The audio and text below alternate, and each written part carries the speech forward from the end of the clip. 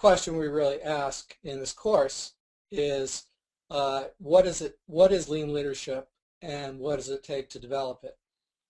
So what I'll be doing is over a series of sessions explaining what we learned and the model we came up with. As background, I'm going to be giving an overview of the Toyota Way, the 4P models, as I call it, and that will provide a context then for understanding Toyota leadership. At the very end of the Toyota Way, you'll see a reference to Jim Collins' work. In fact, what we talk about in that chapter, what he calls level 5 leadership. In fact, when I was writing that last chapter and about to put the book to bed, a PhD student called me and said, "Have you read Good to Great?"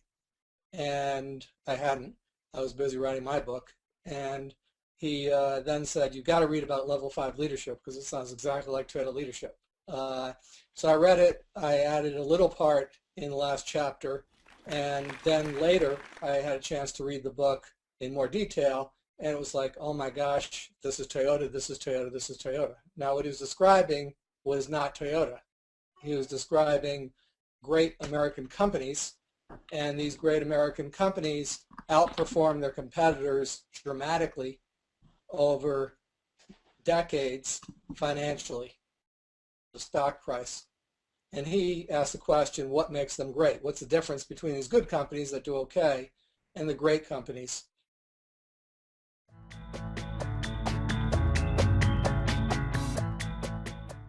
These are the list of characteristics I synthesized from that book.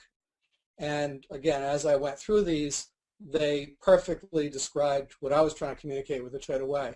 Starting with a focus on customers, Toyota talks about customer first. He talks about a passion for delivering value to the customers. And what he says is that the great companies start there. They don't start with how much money do we make this quarter.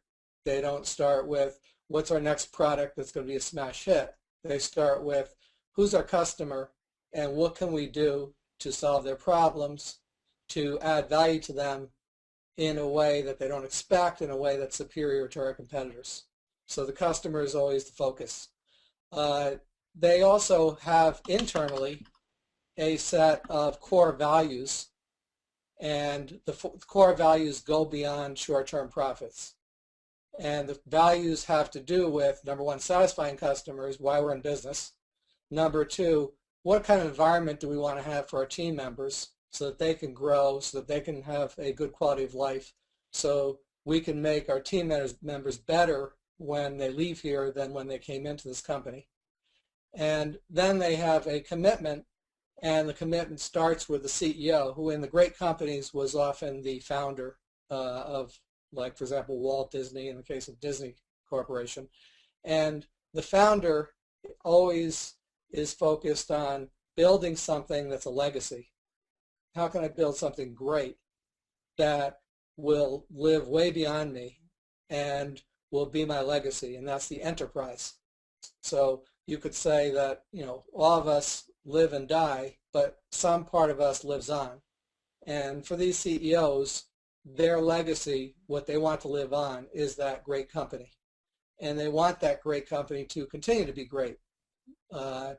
And to do that, they're absolutely obsessive about building leaders who can succeed them, who are just as passionate as they are about the company, about the customers, about the kind of culture that they've created. So it's very hard to develop that level of understanding, passion, commitment if you simply pluck a CEO from another company who drove up their stock price recently.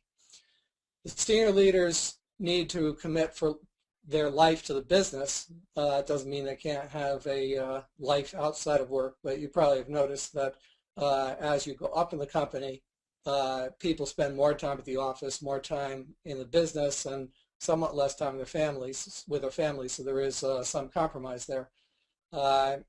They're obsessive about studying and adapting to the environment. The word studying is very important.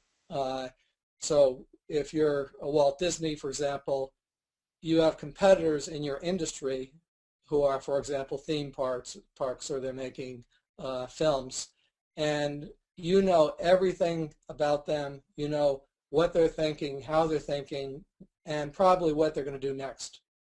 And you don't care about the auto industry, and you don't care about semiconductors, you don't care about hospitals, you care about your business.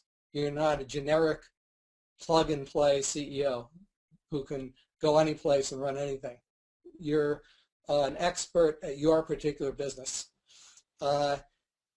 They also use the term "and thinking" as opposed to "or thinking." Again, to me, a very Toyota Way concept that's key to Kaizen, which is that if you ask a Toyota leader who's, say, coaching you to do a Kaizen, and you say, we can either have productivity or we can have quality, the leader is going to say, why not both? What makes you think that you need to trade off quality for productivity? Please achieve both. And that leader believes that it's possible to achieve both. And then they believe that because they've done it so many times in their own lives. Innovation by experimenting and learning, and that kind of blew me away because the standard paradigm at that time of innovation was the lone inventor. And the lone inventor would come up with ideas, they'd be brilliant ideas, then you prototype them, and then you bring them to market, and there's a commercialization process, but the starting point is always the one brilliant idea that the one genius has. And what Jim Collins was saying is that in the great companies, the way they learn is by doing, by trying, by experimenting. In Lean, we know about Gemba, and Gemba means the place where the work is going on, where the customers are using our cars, where we're shipping materials. It's a place where it's happening, and that's really the place where you should be experimenting and innovating.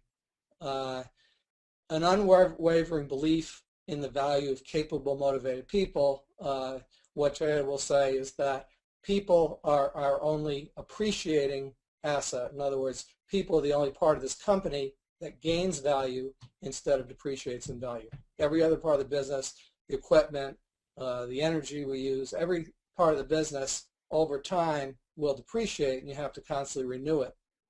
Whereas people actually get smarter, they develop higher levels of skill, and a 10-year person is more valuable normally than an equivalent one-year person. What that suggests is that you need to invest in people for the long term, because you don't get the 10-year person unless, number one, you can keep them around, and number two, you invest in developing them. They don't naturally develop wonderful skills by themselves. And then finally, the result of all that is a strong, coherent, cohesive culture. By strong, what we mean is that the culture, the values, the beliefs are widely shared at all levels and across the company. And to some degree, a piece of what that founder, what that CEO has, that passion for the customer, that passion for the company, to some degree, that filters down to everybody. Obviously not to the same level as the senior leadership. Coherent means it's really clear and understandable, and if you talk to different people, you'll get a similar story. And cohesive means that people feel bound together like a team, even if they don't know each other, because we all work for this great enterprise, and we all have the same customers we're serving. Next.